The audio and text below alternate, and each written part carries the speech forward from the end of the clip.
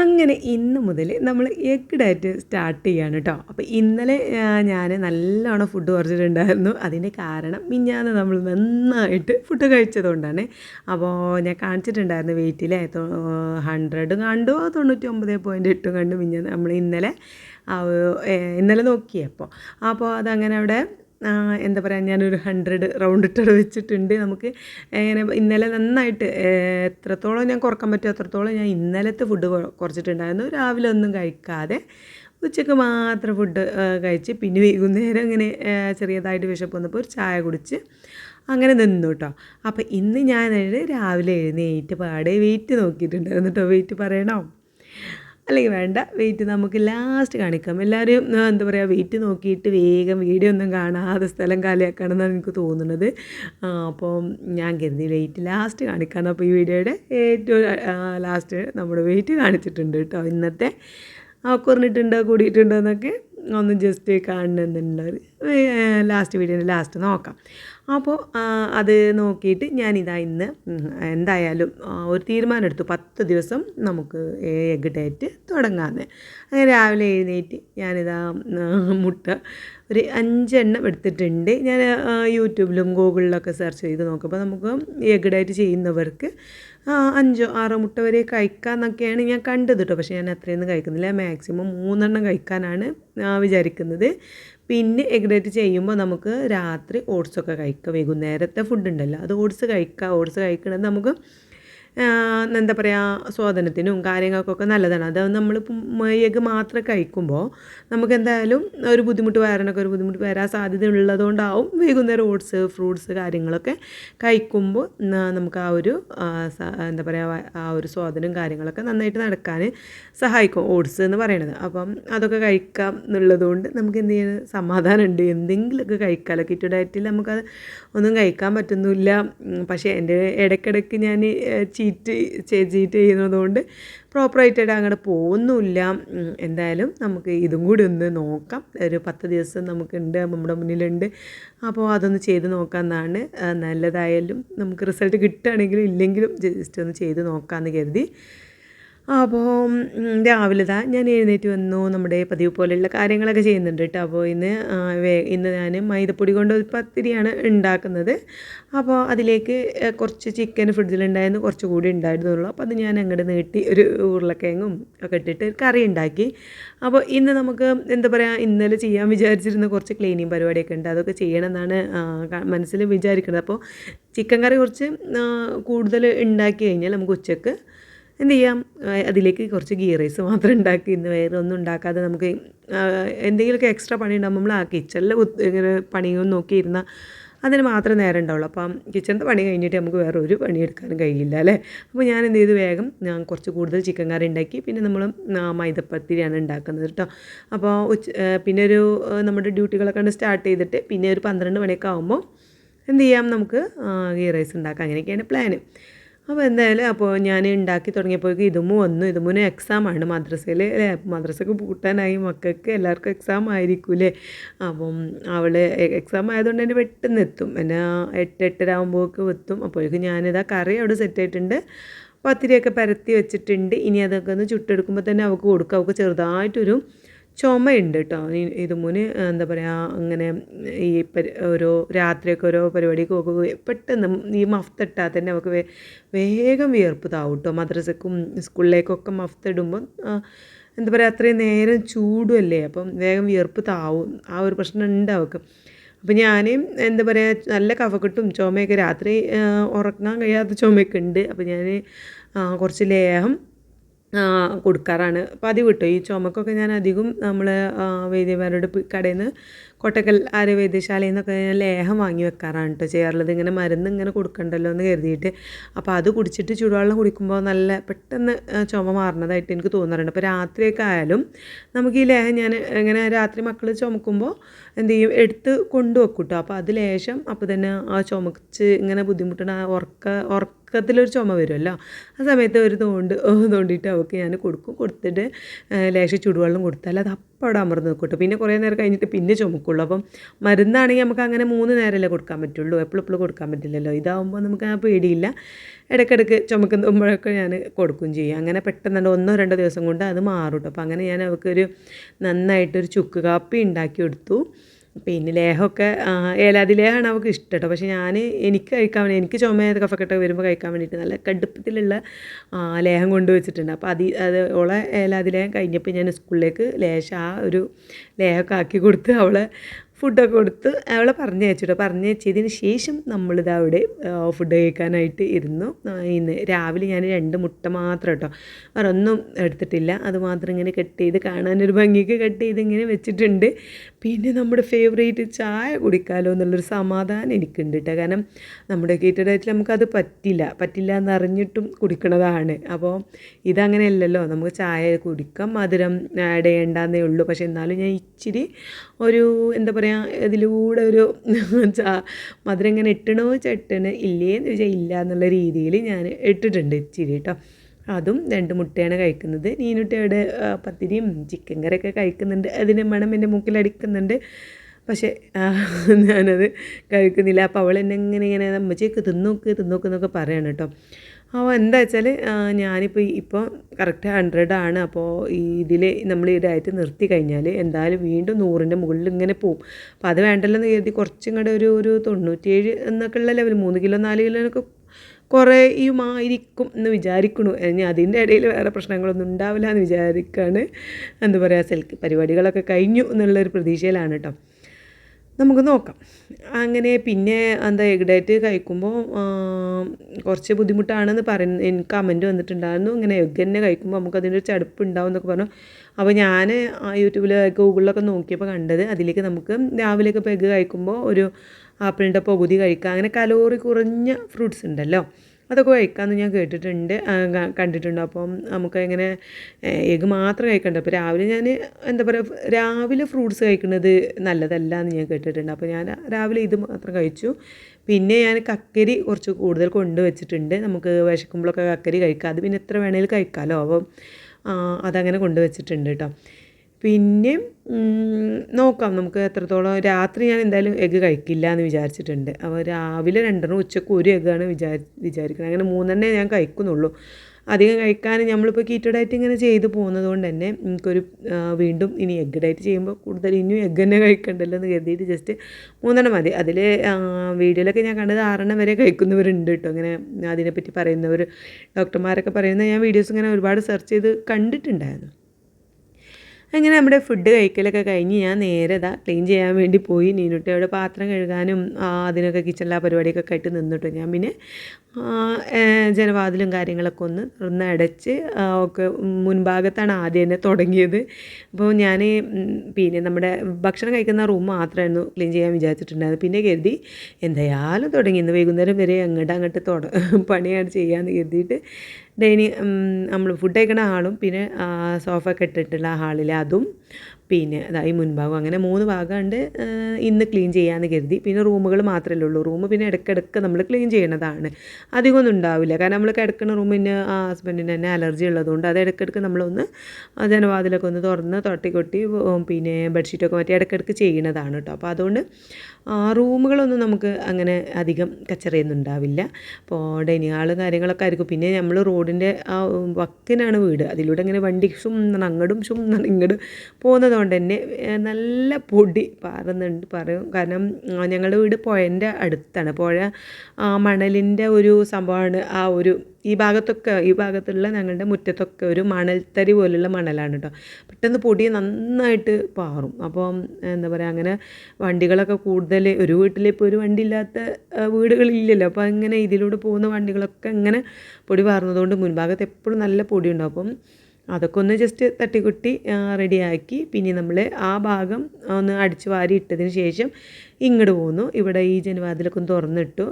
എന്താ പറയുക, അതും ആദ്യം ചൂല് കൊണ്ടൊക്കെ ഒന്ന് ജസ്റ്റ് തട്ടിക്കൊട്ടി പിന്നെ നമ്മൾ ഉണങ്ങിയ കഷ്ണം കൊണ്ട് പിന്നെ വെള്ളമൊന്നും ആവാത്ത കഷ്ണം കൊണ്ട് ഒന്ന് ജസ്റ്റ് ഒന്ന് തട്ടി പൊടിയൊക്കെ തട്ടിയെടുത്തു. പിന്നെ അതിന് ശേഷം നന്നായിട്ട് നമ്മൾ എന്താ പറയുക, ഡെറ്റോൾ ഇട്ടിട്ട് ഊറ്റിച്ചിട്ടുള്ള വെള്ളം വെച്ച് നന്നായിട്ട് തുടച്ചെടുത്ത് ഇടയ്ക്കിടയ്ക്ക് ഇങ്ങനെ വെള്ളം മാറ്റി കൊടുത്തിട്ട് ഇങ്ങനെ തുടച്ചെടുത്തു കേട്ടോ. അങ്ങനെ മൊത്തത്തിൽ നമ്മളകത്തുനിന്നും തുടച്ചു.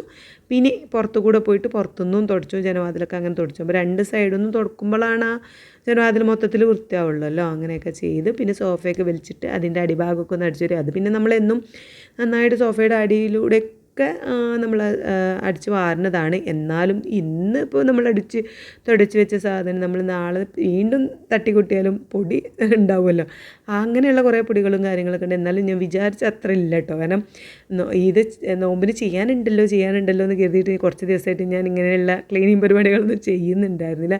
എന്തായാലും നോമ്പിന് ഞങ്ങൾക്ക് വൃത്തിയാക്കണമല്ലോ എന്ന് വിചാരിച്ച് ആ ഒരു രീതിയിൽ ഇങ്ങനെ നിന്നിട്ട് നമ്മൾ കുറച്ച് അങ്ങനെ ഇപ്പോൾ ഒരു മാസത്തിൻ്റെ അടുത്തായി നമ്മൾ ശരിക്കും അങ്ങനെ ഡീപ്പായിട്ട് ക്ലീൻ ചെയ്തിട്ട് ഇങ്ങനെ മൊമയിലൂടെ അങ്ങനെ അടിച്ചു വാരി തുടച്ച് പോവാറുള്ളൂ.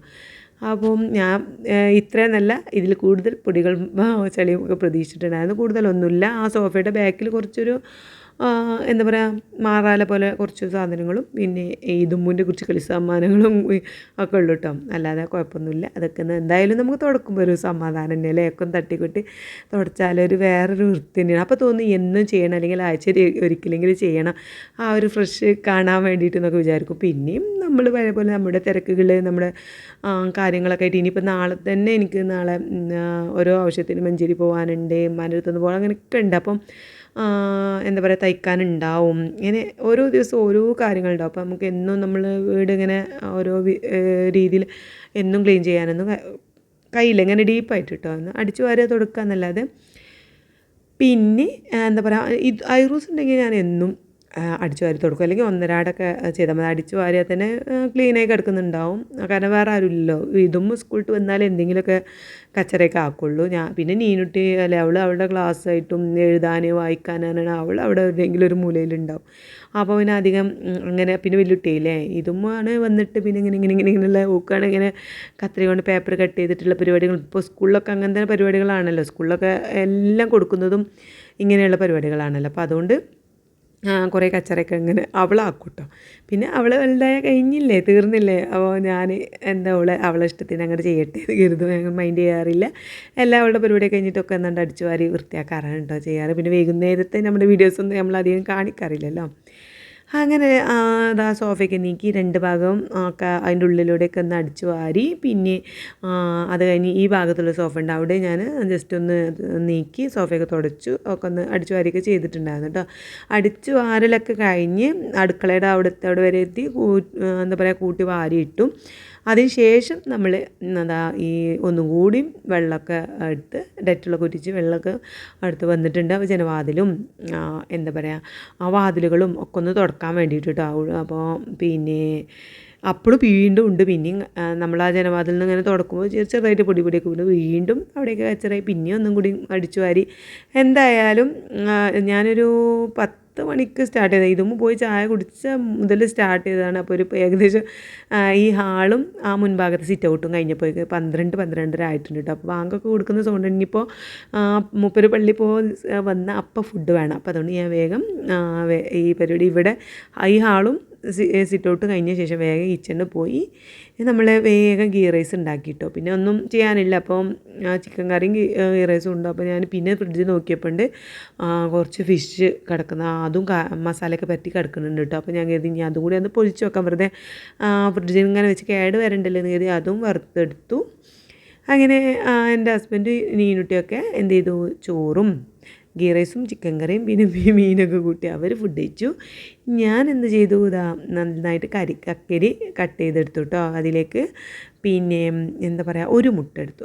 എനിക്ക് വേണ്ടിയിട്ട് 3 മുട്ടയാണ് എടുത്തത്. പിന്നെ ഒന്ന് എൻ്റെ ഹസ്ബൻഡിന്, ഒന്ന് നീനുട്ടിക്ക് വേണ്ടിയിട്ട്, അങ്ങനെ 5 ഞാൻ പുഴുങ്ങിയിട്ടുണ്ടായിരുന്നത്. അപ്പോൾ അതിൽ നിന്ന് ഒന്ന് നമ്മൾ ഉച്ചക്ക് എടുത്തു, കക്കരി വെട്ടിയെടുത്തു. പിന്നെ നമ്മൾ ഇന്നലെ കൊണ്ടുവന്നത് അൽഫാം കുറച്ച് ബാക്കി ഉണ്ടായിരുന്നു. അപ്പോൾ അതൊന്ന് ചൂടാക്കി അതിൽ നിന്ന് ചെറിയൊരു പീസ് മൊത്തത്തിലെടുത്തില്ല കേട്ടോ, അതിൽ നിന്നൊരു പീസ് എടുത്തു.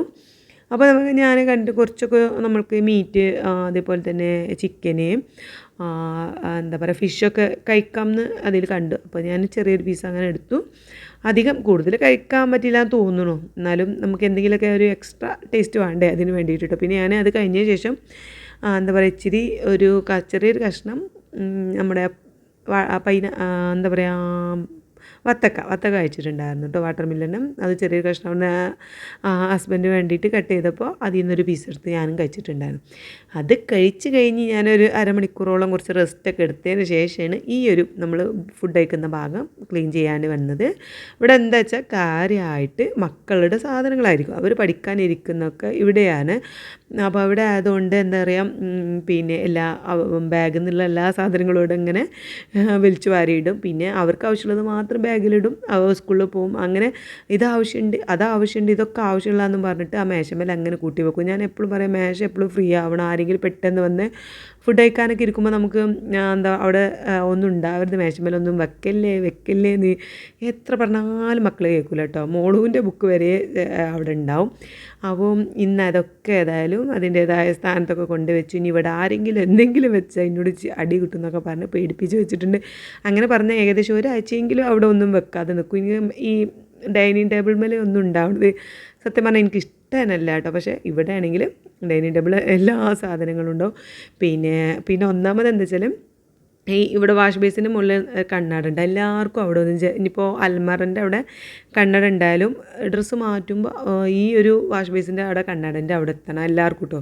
അപ്പോൾ നീനുട്ടി അവിടെ നിന്ന് മാറ്റുമ്പോൾ ഇതുമൂനും അവിടെ എത്തണം. അപ്പോൾ ഇതുമൂനും പിന്നെ ഒരു വാശിയാണ്, എന്താ ഇപ്പോൾ നീന് മാത്രം അവിടെ നിന്ന് മാറ്റിയാൽ മതിയോ, ഞങ്ങൾക്കും എനിക്കും നോക്കണ്ടേ എന്ന് പറഞ്ഞുകൊണ്ട് ഓക്കും അവിടെ നിന്ന് തന്നെ മാറ്റണം. അപ്പോൾ ആ മാറ്റുന്ന അവരുടെ കുഞ്ഞു മേക്കപ്പ് സാധനങ്ങളും കാര്യങ്ങളൊക്കെ അതും പെട്ടെന്ന് കിട്ടാൻ വേണ്ടിയിട്ട് എന്ത് ചെയ്യും, ഈ മേശമേലും അല്ലെങ്കിൽ ആ ഒരു ജനാലിൻ്റെ പിന്നെ താഴത്തുള്ള ആ ഒരു ഇതുപോലെയല്ല ആ ഒരു എന്താ പറയുക ജനാലിൻ്റെ അടുത്ത് തന്നെയല്ല അവിടെ അങ്ങനെ വെക്കും. അപ്പോൾ അങ്ങനെ കൂട്ടി വെച്ച് എന്നാൽ കഴിഞ്ഞാൽ അത് ഒഴിവാക്കും. അതില്ല അപ്പോൾ കഴിഞ്ഞ പൗഡർ ടിന്നും ഉണ്ടാവും, ക്രീമും ഉണ്ടാവും, ലിപ്സ്റ്റിക്കൊക്കെ അതൊക്കെ അവിടെ ഉണ്ടാവും. ഞാൻ പിന്നെ എടുക്കുന്ന ക്ലീൻ ചെയ്യുമ്പോഴാണ് അതൊക്കെ എടുത്ത് ഒഴിവാക്കുക. ഇപ്പോൾ ഈ ജനാലിന് കണ്ടില്ലേ, ഇതിന്മേൽ ഇല്ലാത്ത സാധനം ഇതൊക്കെ എവിടെയാണ് കൊണ്ടുവെക്കുക എന്നുള്ള കൺഫ്യൂഷനിലാണ് ഞാൻ അങ്ങോട്ട് ഇങ്ങോട്ട് നടക്കുന്നത് കേട്ടോ.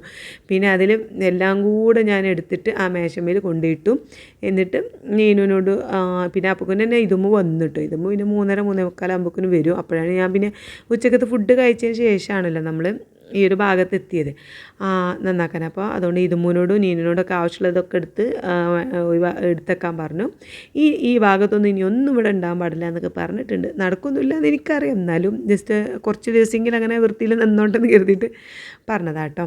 അങ്ങനെ ആ ഭാഗങ്ങളൊക്കെ നന്നാക്കി അങ്ങനെ നമ്മുടെ ഇന്നത്തെ വിചാരിച്ച കാര്യങ്ങളൊക്കെ നടന്നിട്ട് അവിടെയൊക്കെ ക്ലീൻ ചെയ്ത് സെറ്റായി. പിന്നെ എന്താ പറയുക, ഇനി 2 ബെഡ്റൂം മാത്രമല്ല, അത് പിന്നെ എനിക്ക് അങ്ങനെ ടെൻഷനില്ല, കാരണം ഇടയ്ക്കിടയ്ക്ക് നന്നാക്കണമെന്ന് ജസ്റ്റ് ഒന്ന് നന്നാക്കിയത്. പിന്നെ സ്റ്റോർ റൂമുണ്ട്, അത് പിന്നെ നമ്മൾ അതൊന്നും ടെൻഷനുള്ള കാര്യമില്ല. ഇനി മുകളിലേക്കൊന്ന് കയറണം, അത് എന്താ പറയുക, അങ്ങനെ അധികം ഉപയോഗിക്കാത്തതുകൊണ്ട് ഇങ്ങനെ അധികം പ്രശ്നങ്ങളുണ്ടാവില്ല. ഞാൻ സ്റ്റിച്ച് ചെയ്യുന്ന ഭാഗം മാത്രമേ കുറച്ച് കച്ചറയൊക്കെ ഉണ്ടാവുള്ളൂ, അതോ ഈ ഒരു വെട്ട് കഷ്ണം അങ്ങനെയൊക്കെ ഉണ്ടാവുള്ളൂ. അപ്പോൾ എന്നാലും അതിൻ്റെ വലിയ ഒരു തിരക്കൊക്കെ ഒന്ന് കഴിഞ്ഞിട്ടോ. ഈ ഭാഗങ്ങളൊക്കെ ഒന്ന് ക്ലീൻ ചെയ്യാനായിട്ടായിരുന്നു എനിക്ക് ഇടങ്ങേറ്, ആരെങ്കിലും പെട്ടെന്ന് വന്നാലും ഒക്കെ അങ്ങനെയുള്ള ടെൻഷനൊക്കെ ഉണ്ടായിരുന്നു കേട്ടോ. അതൊക്കെ കഴിഞ്ഞു. പിന്നെ ഞാൻ ഇന്ന് വൈകുന്നേരം പിന്നെ എന്താ ഈ ക്ലീനിങ്ങിൻ്റെ പണികളൊക്കെ കഴിഞ്ഞു. ഞാൻ ഏകദേശം ഇവിടെയൊക്കെ നന്നാക്കിയപ്പോഴേക്കും നീനുട്ടി ക്ലാസ് കഴിഞ്ഞ് വന്നിട്ട് ബാക്കി അടിച്ചു വാരി ഞാൻ തുടക്കാമെന്നൊക്കെ പറഞ്ഞ് ഞാൻ ചെയ്തപ്പോൾ തന്നെ അവൾ ചൂലൊക്കെ വാങ്ങി. പിന്നെ എന്താ പറയുക, തുടക്കാനും ഇതിനൊക്കെ അവൾ നിന്നതുകൊണ്ട് ഞാൻ പിന്നെ ആ നേരം ഒരു 4:30 ആയപ്പോൾ വീണ്ടും ഒരു ഗ്ലാസ് ചായയും പിന്നെ അതിലേക്ക് ഒരു 5-6 ബദാമും എടുത്ത് കഴിച്ചു കേട്ടോ. അതാണ് പിന്നെ ഞാൻ കഴിച്ചത്. അപ്പോൾ പിന്നെ രാത്രി കുറച്ച് വത്തക്കയാണ് കഴിച്ചത്. അപ്പം എഗ് ഡയറ്റ് എന്താ പറയുക, നമുക്ക് നോക്കാം എങ്ങനെ ഉണ്ട് എന്നുള്ളത്. റിസൾട്ട് നമ്മൾ നാളെയും വെയിറ്റ് ഞാൻ എന്നും കാണിക്കാമെന്നാണ് കേട്ടോ വിചാരിക്കുന്നത്. നമുക്ക് ഇനിയിപ്പോൾ നമ്മൾ ഇച്ചിരി കൂടിയാലും കുറഞ്ഞാലൊക്കെ ഞാൻ വീഡിയോ വെയിറ്റ് കാണിക്കും കേട്ടോ. അപ്പോൾ കാണിക്കുമ്പോൾ ജസ്റ്റ് ഒന്നും പറയരുത് കൂടിയത് ഇതുകൊണ്ടാണെന്ന് പറയരുത്. പിന്നെ ഒരുപാട് പേര് പറയുന്നുണ്ട് എക്സസൈസ് ചെയ്താൽ മതി, എക്സസൈസ് ചെയ്തിട്ട് നമ്മൾ പ്രോപ്പറായിട്ട് ഡയറ്റും ചെയ്ത് കഴിഞ്ഞാൽ പെട്ടെന്ന് വെയിറ്റ് കുറയുന്ന. അത് സത്യം പറയാലോ നമുക്ക് അറിയാം, അത് എക്സസൈസ് നമ്മൾ ചെയ്യുമ്പം മിനിമം 1 മണിക്കൂറെങ്കിലൊക്കെ നന്നായിട്ട് ചെയ്യണം. പക്ഷേ അതിൽ ഞാൻ ഇത്തിരി മടിച്ചിയാണെന്ന് തന്നെ പറയാം. എക്സസൈസ് ചെയ്യാമെന്ന് പറയുന്നത് എനിക്ക് ഭയങ്കര മടിയുള്ള കാര്യമാണ് കേട്ടോ. അപ്പോൾ അതുകൊണ്ടാണ് ഞാൻ ഇങ്ങനെയുള്ള എളുപ്പ വഴികളൊക്കെ നോക്കുന്നത്. അപ്പം ഇനിയിപ്പോൾ നോമ്പും വരില്ല, അപ്പോൾ എക്സസൈസ് ഒന്നും നടക്കില്ല. അപ്പോൾ അതവിടെ നിൽക്കുന്നുണ്ട്. പിന്നെ നമുക്ക് രാവിലെ ഒക്കെ എക്സസൈസ് ചെയ്യേണ്ടതാണ് എനിക്കിഷ്ടം കേട്ടോ. അപ്പോൾ രാവിലെ എന്ന് പറയുമ്പോൾ നമുക്ക് നമ്മളിപ്പോൾ 6 മണിക്ക് എഴുന്നേൽക്കുന്നത് 5 മണിക്ക് എഴുന്നേൽക്കൊക്കെ വേണ്ടി വരും. അപ്പോൾ അത് ആ ഉറക്കത്തിൽ നിന്ന് എഴുന്നേറ്റ് ഞാൻ കരുതും നാളെ മുതൽ എക്സസൈസ് ചെയ്യണം എന്നൊക്കെ വിചാരിച്ച് കിടക്കും കേട്ടോ. പക്ഷേ കിടന്ന് എഴുന്നേൽക്കുമ്പോൾ രാവിലെ എഴുന്നേൽക്കുമ്പോൾ ഈ എക്സസൈസ് ചെയ്യണമല്ലോ എന്ന് ആലോചിക്കുമ്പോൾ ഒന്നും കൂടി പൊതിച്ചുകൂടി കിടക്കും. അപ്പോൾ അത് ഒത്തിരി മടിയുള്ള ഒരാളാണ് ഞാൻ. അതുകൊണ്ടാണ് അത് ചെയ്യാത്തത്. അപ്പം നമുക്ക് എന്തായാലും ഇതിലെന്താണ് നോക്കാം. പിന്നെ എന്നോട് ചോദിച്ചിട്ടുണ്ടായിരുന്ന കുറച്ച് കമൻറ്റുകൾക്ക് ഞാൻ റിപ്ലൈ തരാം. ഒന്ന് ഡ്രസ്സുകൾ, ഞാൻ ഇടുന്ന ഡ്രസ്സുകൾ എവിടുന്നാണ് വാങ്ങാറെന്നൊക്കെ ചോദിക്കുന്നുണ്ടായിരുന്നു. അപ്പോൾ ഞാൻ എന്താ പറയുക, മിന്ത്രേന്നാണ് ഞാനിങ്ങനെ ഈ ടോപ്പുകളൊക്കെ വാങ്ങാറുണ്ട് കേട്ടോ. ഈ പിന്നെ കുർത്തീസുകൾ, ടോപ്പുകൾ മാത്രമായിട്ട് വാങ്ങാറുണ്ട്. പിന്നെ കുറച്ച് എന്താ പറയുക, അത് ഓഫറൊക്കെ വരും. ഈ നവരാത്രി സംഭവത്തിനൊക്കെ നല്ല ഓഫർ വരും കേട്ടോ. 80%, 90% വരെ ഓഫർ വരും. ആ സമയത്ത് നമുക്ക് നല്ല 2000-3000 റുപ്യേൻ്റെ ഡ്രസ്സൊക്കെ നമുക്ക് 500-600 റുപ്യക്കൊക്കെ കിട്ടും. അപ്പോൾ ആ ടൈമിലൊക്കെ ഞാനിങ്ങനെ കുറച്ച് ടോപ്പ് വാങ്ങും.